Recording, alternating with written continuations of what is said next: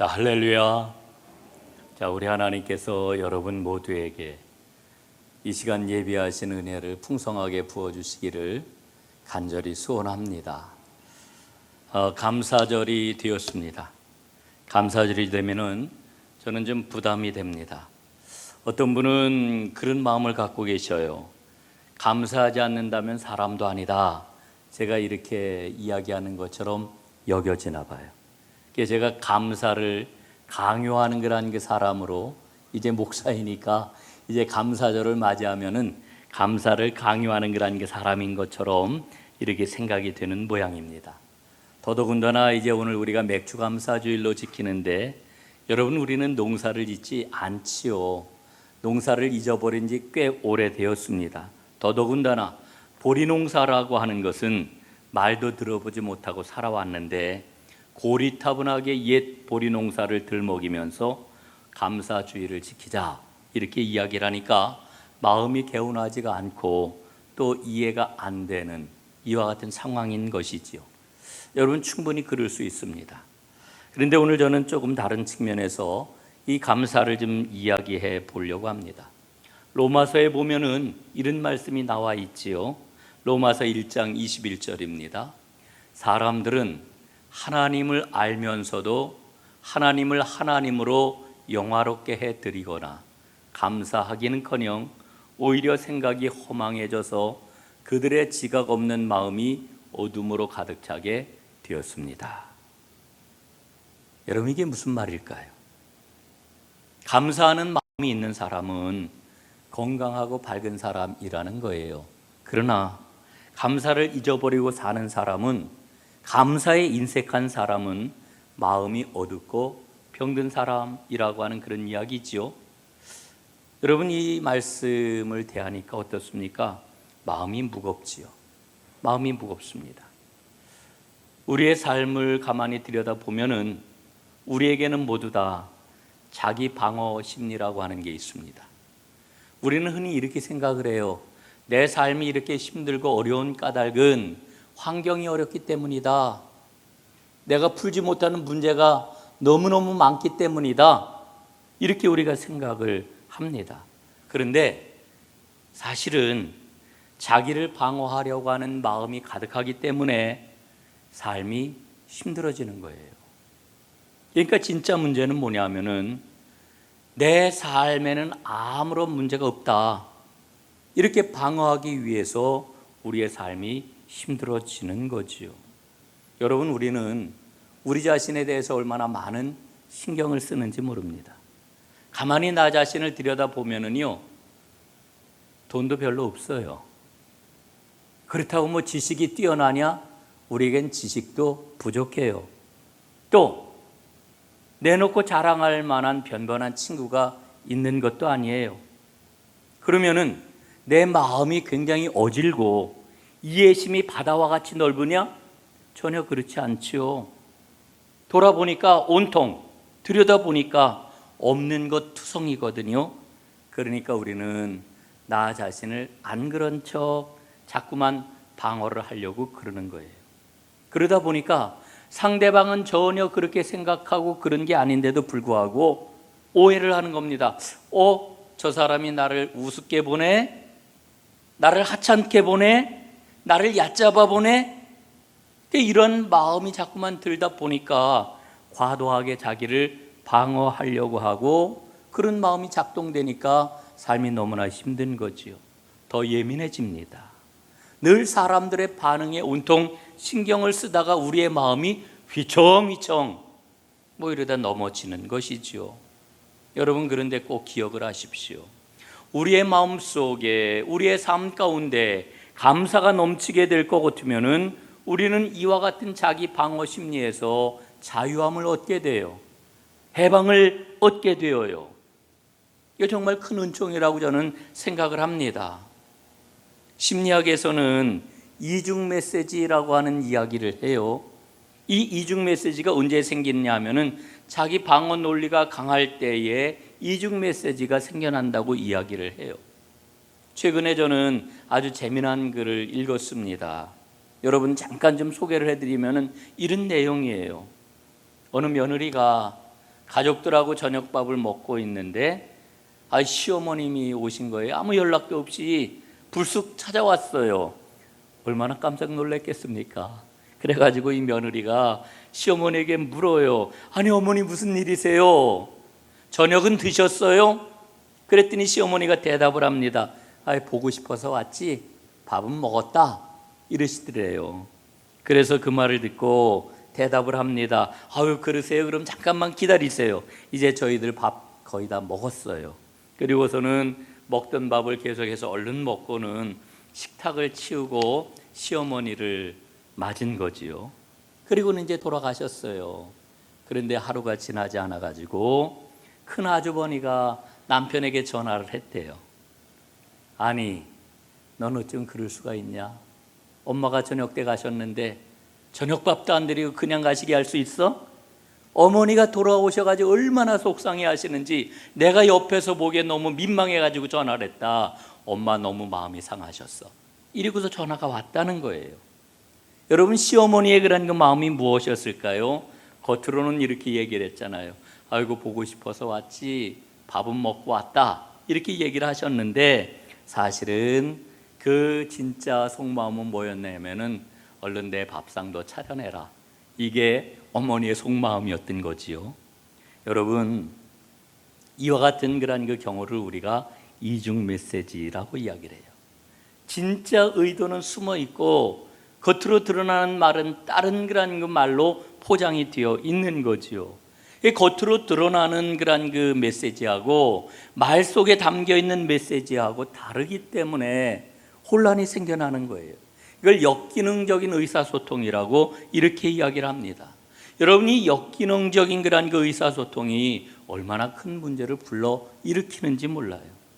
이중 메시지를 오랫동안 연구를 해온 심리학자 베이트슨이라고 하는 분이 연구를 다 마무리하고서 베이트슨 프로젝트라고 하는 것을 냈는데 거기에 보면 이런 이야기가 나와요.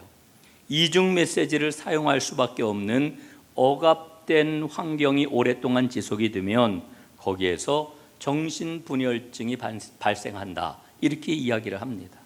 여러분, 이중 메시지는요 우리가 살아가는 관계에서 갈등을 자꾸만 불러일으켜요. 그리고 갈등을 증폭시켜요.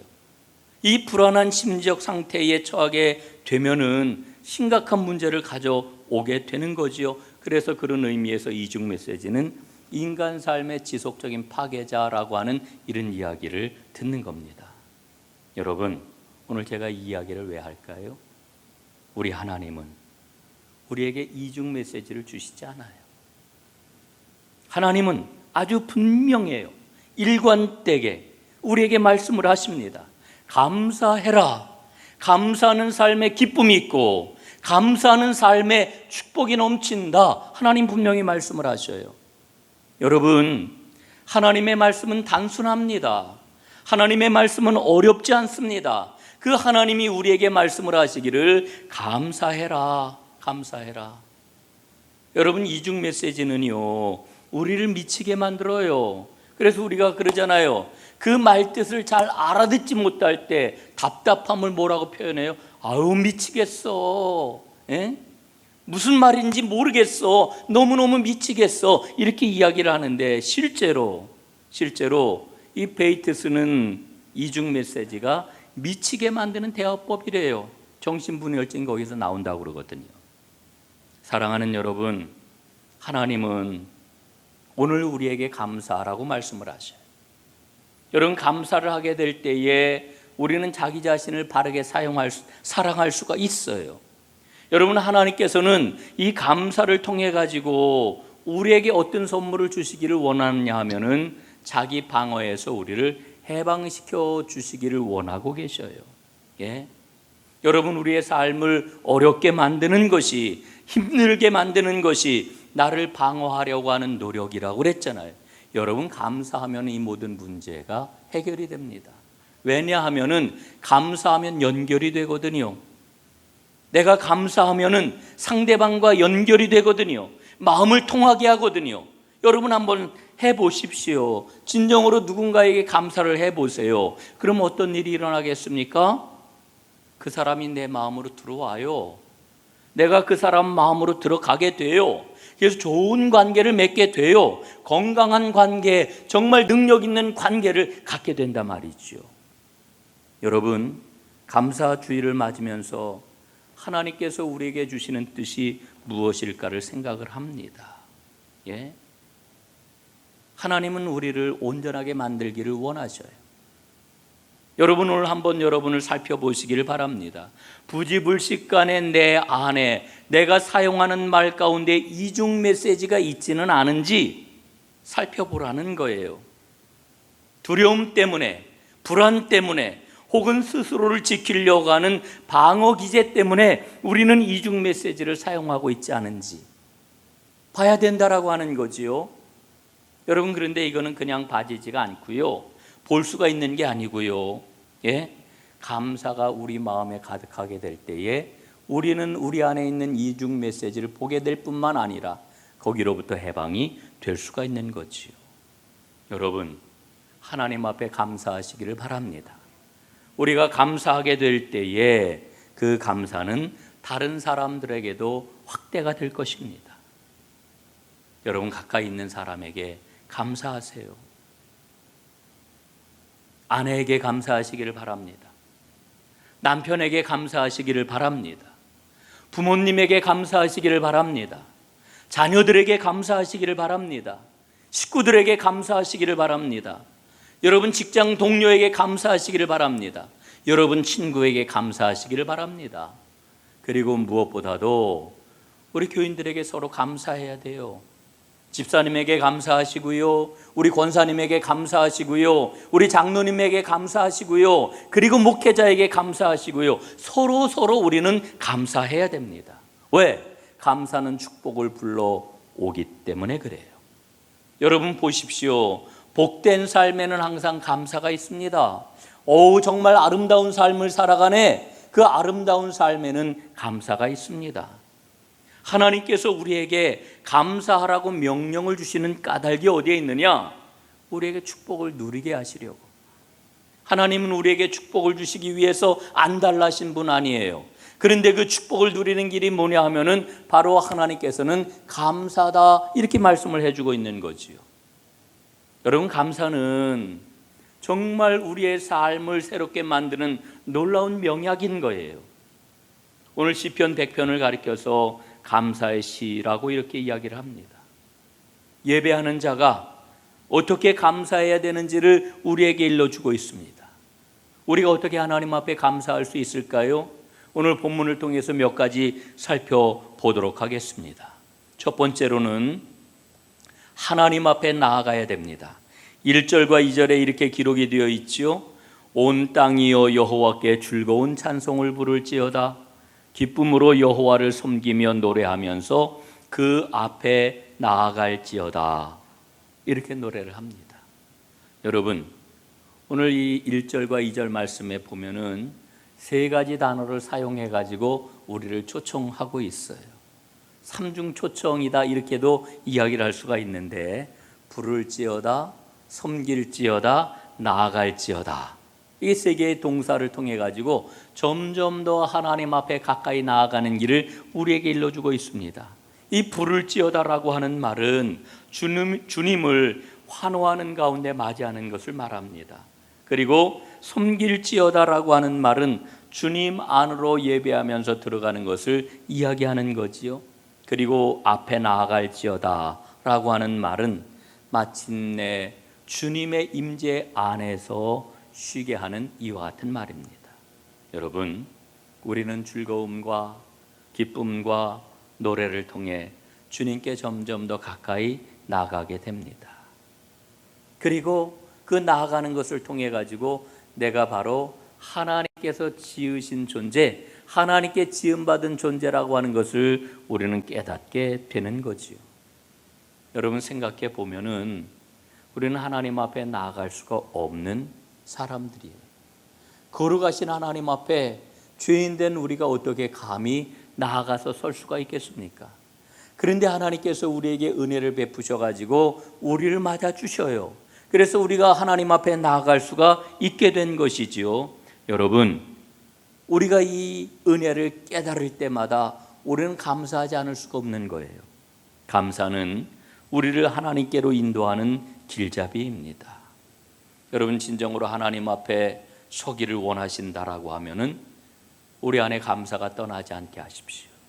그럴 때 우리는 언제나 하나님 앞에 나아갈 수가 있게 될 것입니다. 하나님 앞에 나아가는 사람의 마음속에는 언제나 감사가 있고요, 감사가 있는 사람은 언제나 하나님께 나아가는 사람인 것입니다. 두 번째로는 깨달아야 됩니다. 오늘 3절 말씀 한번 보겠습니다. 여호와가 우리 하나님이신 줄 너희는 알지어다. 그는 우리를 지으시니요 우리는 그의 것이니 그의 백성이요 그의 기르시는 양이로다. 여러분, 오늘 시인이 뭐라고 노래해요? 너희는 알지어다, 이렇게 노래를 합니다. 여러분이 알지어다라고 하는 말, 이 안다라고 하는 것은 체험해서 깨닫는다라고 하는 것을 뜻합니다. 체험해서 깨닫는 것. 여러분, 우리는 오늘 말씀대로 세 가지를 꼭 알아야 됩니다. 첫 번째, 우리는 하나님의 피조물이다. 두 번째, 우리는 하나님의 백성이다. 세 번째, 우리는 목자이신 하나님의 기르시는 양이다. 이 세 가지를 지금 이야기하고 있지 않습니까? 이 세 가지를 꼭 알아야 돼요. 여러분, 이 세 가지를 에베소서 1장은 하늘에 속한 신령한 복이라고 이렇게 표현을 합니다. 우리는 하나님의 피조물이라고 하는 것, 우리는 하나님의 백성이라고 하는 것, 우리는 하나님의 양이라고 하는 것, 이것을 아는 것이 바로 하늘의 신령한 복을 아는 것이라고 에베소서는 우리에게 일러주고 있지요. 존 스토트는 이 복을 이렇게 설명을 해주고 있지 않았습니까? 첫째, 그것은 과거적인 복이다. 그것은 바로 성부 하나님께서 선택해 주신 복을 말한다. 그 복은 또한 현재적인 복이다. 그 복은 성자 예수님이 구속해 주신 복이다. 그리고 그 복은 세 번째로 미래적인 복이다. 그 복은 성령을 통해 주시는 기업이 되는 복이다. 이렇게 설명을 하고 있습니다. 여러분, 놀라운 은혜예요. 오늘 예배하는 여러분들의 삶의 형편, 환경, 처지, 그 상황 모두 다 다를 겁니다. 어떤 분은 지금 아주 모든 것들이 잘 되어가지고 너무너무 기뻐, 너무너무 감사해 이러는 분이 있는가 하면은 힘들고 어렵고 병이 찾아오고 자녀들의 문제가 있고 사업의 문제가 있고 참 힘든 그러한 그 상황 가운데 있는 분도 있을 것입니다. 여러분, 그러나 우리가 하나님의 피조물이라고 하는 것, 우리가 하나님의 백성이라고 하는 것, 우리가 하나님이 기르시는 양이라고 하는 것, 여러분, 그것은 우리의 상황하고 전혀 상관없이 변하지 아니하는 겁니다. 변할 수가 없는 겁니다. 이 사실을 깨닫게 될 때 우리에게 주어진 하늘의 그 신령한 복을 우리가 깨닫게 될 때 우리는 감사하는 삶을 살아갈 수가 있게 되는 거지요. 여러분, 여러분의 삶 가운데 감사가 넘칠 수 있기를 간절히 바랍니다. 그러므로 우리는 어떻게 해야 됩니까? 세 번째, 하나님을 기뻐하고 축하해야 합니다. 4절에 보니까 이렇게 기록하고 있어요. 감사함으로 그의 문에 들어가며 찬송함으로 그의 궁정에 들어가서 그에게 감사하며 그의 이름을 송축할지어다. 여러분, 송축한다라고 하는 말은 기뻐하고 축하한다라고 하는 그런 뜻이에요. 송축한다 그러면은 굉장히 거룩한 말처럼 보이지요. 그런데 여러분, 제가 풀어서 하나님을 기뻐하세요, 하나님을 축하하세요 이러면은 여러분, 우리가 인간이 어떻게 하나님을 축하해? 내가 우리 권사님을 향해 권사님 축하해요, 집사님을 향해서 집사님 축하해요 이런 말을 하는 건 자연스럽지만, 아니 저 높고 높은 하나님께 어떻게 거룩하신 하나님을 내가 축하한다고 이야기할 수 있지? 하나님 축하해요. 여러분, 이 말이 조금 어색한 것처럼 들리잖아요. 그런데 송축한다라고 하는 말이 노래하고 기뻐하고 축하한다라고 하는 그런 이야기예요. 예? 여러분, 하나님을 많이 축하하십시오. 이 영광 돌리는 거예요. 예? 우리가 너무 지금 하나님과의 관계를 종교적인 언어를 가지고서 우리가 한번 탈색을 해가지고 우리의 삶하고는 잘 연결이 안 되는 경우가 굉장히 많아요. 여러분, 언제나 하나님이 나와 함께 해주셔서 너무너무 기뻐요. 하나님이 나와 동행해 주셔서 너무나 든든해요. 이렇게 일상적인 언어로 자꾸만 고백을 하세요. 하나님께서 말씀을 주셔가지고 오늘도 우리 교회에 새로운 신자가 등록을 했어요. 하나님 기쁘시죠? 축하해요. 하나님께 이렇게 말씀하세요. 예? 하나님을 기뻐하고 하나님을 축하하는 것, 이게 바로 감사하는 일입니다. 여러분, 오늘 시인은 5절에서 이렇게 노래를 하고 있어요. 여호와는 선하시니 그 인자하심이 영원하고 그 성실하심이 대대에 이르리로다. 예. 여러분, 지난 1월 17일 날 제가 20세기 초에 아주 유명한 복음 전도자로 살았던 월터 루이스 윌슨 박사, 이 의사가 어떻게 회심을 했는지 여러분들에게 소개를 했던 기억이 납니다. 여러분들도 아마 기억이 나실 거예요. 다시 한번 그 이야기를 여러분들과 나눠보려고 합니다. 이 윌슨 박사가 어느 날 제임스 그레이 목사님이라고 하는 분의 설교를 듣게 되어요. 그분은 로마서 12장 말씀을 가지고 설교를 했지요. 형제들아, 내가 하나님의 모든 자비하심으로 너희를 구원하노니 너희 몸을 하나님이 기뻐하시는 거룩한 산제물로 드리라. 이는 너희가 드릴 영적 예배니라. 이 본문을 가지고 제임스 그레이 목사님이 이야기를 합니다. 여러분, 이 구절은 우리가 누구에게 우리의 몸을 바쳐야 되는지를 말해주지를 않습니다. 여러분, 이것을 알고 계십니까? 우리의 몸을 바쳐야 할 대상이 누구일까요? 예수 그리스도가 몸을 바쳐야 될 대상입니까? 아닙니다. 주님은 몸을 갖고 계십니다. 성부 하나님도 아닙니다. 그분은 보좌에 머물러 계십니다. 그런데 몸을 갖고 있지 않은 분이 세상에 오셨습니다. 바로 성령님이십니다. 하나님은 여러분의 몸을 성령님께 바쳐 세상에서 성령의 거처로 만들라고 하십니다. 성전이 되라고 하십니다. 이는 말할 수 없이 큰 영광입니다. 이 설교를 들은 윌슨 박사, 굉장한 은혜를 받았지요.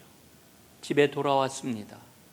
그리고는 기도하고 싶은 마음이 들어가지고 바닥에 무릎을 꿇고 엎드렸습니다. 깊은 밤 고요한 시간이었는데 그가 그렇게 기도할 때에 큰 은혜가 그에게 임하였습니다. 윌슨은 이렇게 주님 앞에 고백을 했지요. 오 주여, 나는 당신을 종처럼 취급을 했습니다. 나는 내가 당신을 원할 때만 당신을 불렀습니다. 이제 내 몸과 내 마음과 내 머리와 내 발끝까지 완전히 당신께 드립니다. 나의 손과 발과 눈과 입술, 두뇌까지 당신께 드립니다. 이 순간부터 저는 완전히 당신의 몸입니다. 여러분, 구원받은 우리의 몸은 우리의 게 아닙니다. 성령님이 거하시는 성령의 전입니다.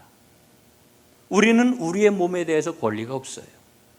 그리스도께서 십자가에 피 흘리신 그 값으로 우리의 몸을 사신 거지요. 죽음이라고 하는 대가를 치르고 우리를 사셨습니다. 그래서 우리는 감사하는 거예요. 여러분, 감사라고 하는 것은 내가 주님께 속해 있다라고 하는 것을 깨닫고 고백을 하는 겁니다. 여러분, 감사는요, 억지로 하는 게 아니에요. 내가 주님께 속하여 있는 존재라고 하는, 내가 주님께 속해 있는 생명을 갖고 있는 자라고 하는 이와 같은 믿음의 고백이 있지 않고서는 감사주일이 돌아오면 아유, 또 헌금하라고 그러네. 어쩌면 1년에 2번씩 감사절은 이렇게 자주 돌아오지. 여러분, 이런 생각이 들 수밖에 없지요. 그러나 여러분, 이 감사주일은 우리의 삶을 다시 한번 돌아보는 거예요. 감사가 하나님의 복을 담는 그릇이라고 그러는데 내 삶이 진짜 감사로 이어지고 있는지를 돌아보는 그와 같은 절기인 거지요. 여러분, 탈무드에 보면은 이런 이야기가 나와요. 참된 지혜자가 누구냐? 모든 사람에게서 배우는 사람이 참된 지혜자다. 가장 강한 사람이 누구냐? 자기 자신과 싸워서 이기는 사람이 가장 강한 자다. 그러면 가장 큰 부자는 누구냐? 자기가 갖고 있는 것을 보고 감사하는 사람이 가장 큰 부자다. 여러분, 우리 삶 가운데 감사가 새롭게 약동할 수 있기를 간절히 바랍니다. 오늘 시인은 이렇게 노래를 해요. 감사함으로 그의 문에 들어가며 찬송함으로 그의 궁정에 들어가서 그에게 감사하며 그의 이름을 송축할지어다. 여러분, 오늘 시편 100편을 부르고 있는 이 시인의 노래가 우리의 노래가 되었으면 좋겠어요. 오늘 우리는 예배를 드리면서 전혀 생각을 하지는 않았지만은 오늘 이 노래를 부르는 사람의 일원이 지금 되었습니다. 이 노래가 어떤 사람은 여기에서 끝날 수도 있고 어떤 사람은 생애 가운데 계속 이어질 수도 있을 것입니다. 모쪼록 바라기는 오늘 시인이 부르는 이 노래가 여러분 인생의 노래가 될 수 있기를 간절히 소원합니다. 이 노래가 여러분의 삶 가운데 끊어지지 않는다라고 하면 여러분들은 틀림없이 하나님께서 내 삶 가운데 이와 같은 은혜와 복을 한량없이 부어주고 계십니다. 부어주셨습니다. 앞으로도 부어주실 줄로 내가 확신합니다. 이런 고백을 가지고 살아가게 될 줄로 믿습니다. 이 노래가 내 인생의 노래가 되게 해주십시오. 저의 소원이고 여러분의 소원이 될 수 있기를 바라겠습니다. 기도합니다.